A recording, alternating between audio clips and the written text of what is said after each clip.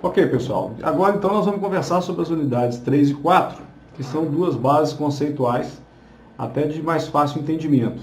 E não são menos importantes que as anteriores, mas são bases que demonstram o operacional, começa a falar um pouco do operacional da contabilidade pública.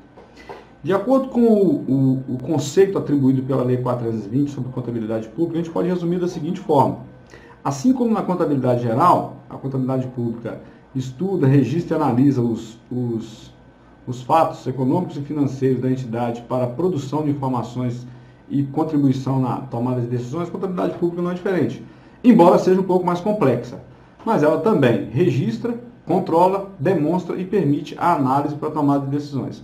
Só que, neste caso, no caso da contabilidade societária, tem as demonstrações financeiras, as 5 demonstrações financeiras. No caso da contabilidade pública, em um sistema contábil único, né, em uma área da contabilidade, vamos dizer assim, nós temos que produzir praticamente 6 relatórios fiscais. 4 balanços e 2 relatórios que possam contribuir com o administrador público na tomada de decisão. Esses relatórios decorrem da escrituração contábil, produzem os balanços, esses relatórios como informação contábil, que, sendo analisados, pode tomar decisão sobre a alocação de recursos. E sobre a análise desses relatórios, importa dizer que esse é um trabalho final que vocês vão fazer nessa disciplina, já está na plataforma, né, como um trabalho de encerramento da disciplina, um trabalho de análise de demonstrações financeiras, cujo roteiro também já está na plataforma, mas durante o transcurso do curso a gente vai conversando sobre isso. Portanto, a contabilidade pública é um ramo da ciência contábil aplicada à administração pública que registra, controla, demonstra e analisa informações financeiras e econômicas dos fatos administrativos ocorridos dentro da administração pública para a tomada de decisões. Nesse slide 2, eu chamo a atenção para um fato importante. De acordo com as normas, pertencem ao exercício financeiro, aquele exercício civil onde os fluxos financeiros estão ocorrendo, as receitas nele arrecadadas e as despesas nele legalmente empenhadas. Isso quer dizer que nós estamos trabalhando com um regime de competência, ou seja, as receitas que ocorrem devem ser contabilizadas e as despesas legalmente empenhadas também devem ser contabilizadas, devem ser reconhecidas para que não haja equívoco de interpretação quanto aos fluxos. Ainda que a despesa seja paga futuramente, ela tem que ser empenhada. Sobre empenho, inclusive, a gente tem que conversar mais adiante, né? Empenho é um documento próprio do setor público que reconhece, registra, faz o lançamento, ou seja, formaliza a despesa que ocorreu com base em documentos legais. Empenho aqui não é exclusivamente a dedicação de alguém a algo. Empenho, neste caso, é um documento próprio do setor público que reconhece, registra a despesa pública e dá os trâmites necessários ao seu pagamento. Mas, enfim, empenhada a despesa, portanto, reconhecida a despesa, ela deve ser reconhecida naquele exercício para que se tenha uma medida correta do que efetivamente ocorreu de receita e o que efetivamente ocorreu de despesa. Os fluxos de caixa poderão dizer a entrada e a saída em anos, né, intercalados, mas o reconhecimento da despesa durante o ano e da receita quando ela ocorre é fundamental porque, inclusive, devido à harmonização das normas brasileiras de contabilidade do setor público aos padrões internacionais, regime de competência é regra. Não tem mais como falar em regime misto em contabilidade pública no Brasil, porque isso provocou confusão demais na confecção dos balanços. E vocês que estão entrando nesse novo momento, né, é importante saber que houve regime misto, mas trabalha-se, na verdade, com regime de competência. Portanto, é importantíssimo que isso fique claro para vocês.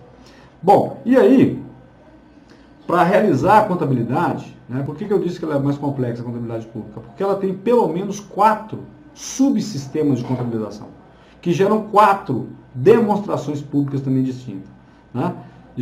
Quais são esses subsistemas? Primeiro, o financeiro, que registra entrada e saída de numerários, praticamente receita e despesa. Tá? Segundo é o sistema patrimonial, que registra a movimentação de bens tangíveis e intangíveis que integram o patrimônio público. Portanto, se na contabilidade societária você tem uma demonstração ou duas que se relacionam, DRE e balanço patrimonial, para essas duas coisas, aqui no setor público, na administração pública, você tem essas duas coisas separadas. Tem também o sistema de compensação, que registra operações de bens ou valores do poder público que estão em poder de terceiros e vice-versa. que é uma prática muito comum no setor público, patrimônio público está com outras entidades e o poder público também precisa usar de outras entidades públicas ou não, mas é preciso que o sistema de compensação esteja controlando isso, senão se perde, né, a noção do que foi de fato compensado em termos de negociação no setor público. Tem ainda o sistema orçamentário, esse é fundamental. Esse, para dizer a verdade, se a gente conseguir trabalhar bem em cima desses aqui, vocês entenderem em cima desse, né, os resultados que ocorrem na previsão, na realização, na acumulação das receitas e das despesas, e principalmente realizar o trabalho final, eu me dou por satisfeito. Acho que vocês vão ter aproveitado bem a disciplina, porque pelo sistema orçamentário que nós temos, controle das receitas e despesas aprovado no orçamento, sem variação patrimonial. Ou seja, nós estamos falando de receita e despesa. No próximo slide, eu vou mostrar para vocês a estrutura do balanço, para vocês verem como é que é possível controlar esses fluxos de entrada de receita e pagamento de despesa através do balanço orçamentário e principalmente analisá-lo para tomar decisões momentâneas e planejamentos futuros. E um outro subsistema que existe é o de custos, que é uma coisa curiosa. O subsistema de custos é exigido desde a harmonização da norma brasileira de contabilidade, mas não há ainda, inclusive, uma concepção operacional desse sistema. Recentemente, eu orientei um TCC de um aluno aqui, uma aluna, e nós fizemos uma revisão bibliográfica, desde a exigência desse subsistema, 2010 até 2017, foi o ano passado, sobre o que se existia de fato desse sistema em operação no Brasil. Encontramos algumas iniciativas em hospitais públicos, nos sistemas militares, no sul do país, alguns do Rio de Janeiro, outros em São Paulo, mas nada assim de concreto, né, que desse validade à contabilidade do setor público, que reconhecesse, que buscasse na contabilidade pública uma concretização de conceitos para um subsistema de custos, né? Porque, grosso modo, nós temos aí o modelo ABC, o custeio por absorção e o custeio variável. Cada um desses lugares que nós encontramos informações usa um conceito conforme suas conveniências, conforme a sua realidade, conforme o contexto ali de produção de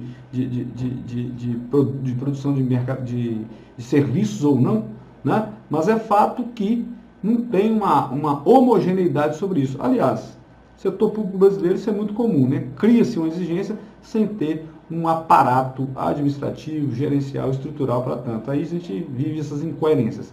Mas é fato que o subsistema de custos ainda não está, nem em nível de governo federal, totalmente acabado, totalmente concebido para ser implantado. Embora possa ser uma exigência, né? Mas em nível municipal, principalmente, eu posso garantir a vocês que ainda não tem nada de seguro sobre o subsistema de custos. Mas, enfim, isso tudo que eu falei em relação à unidade 3.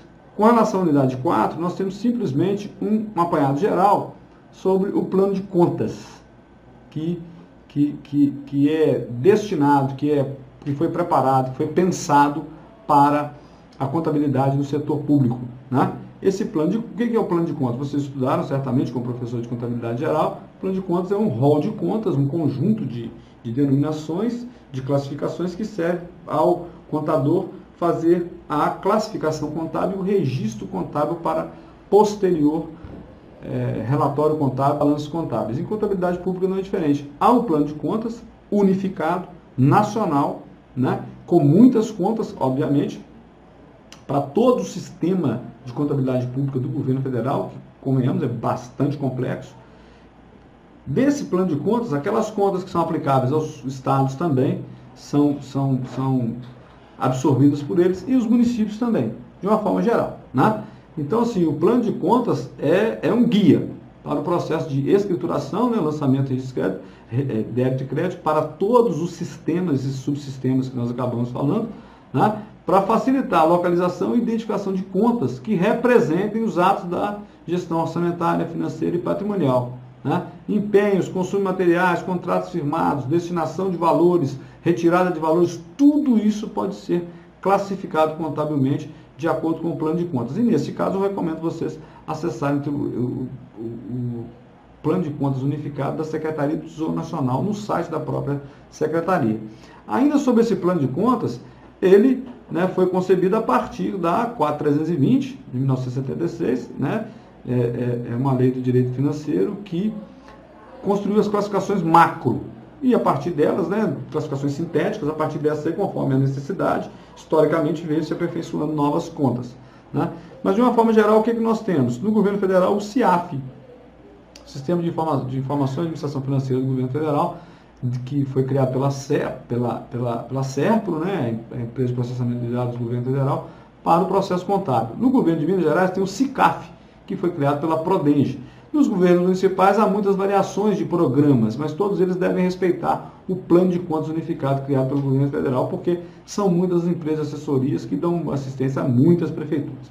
Mas, de uma forma geral, o plano de contas existe para facilitar a escrituração, a uniformização dos procedimentos contábeis e a posterior elaboração dos balanços e demonstrativos contábeis, ok? No próximo videoaula a gente vai conversar sobre a estrutura dos balanços.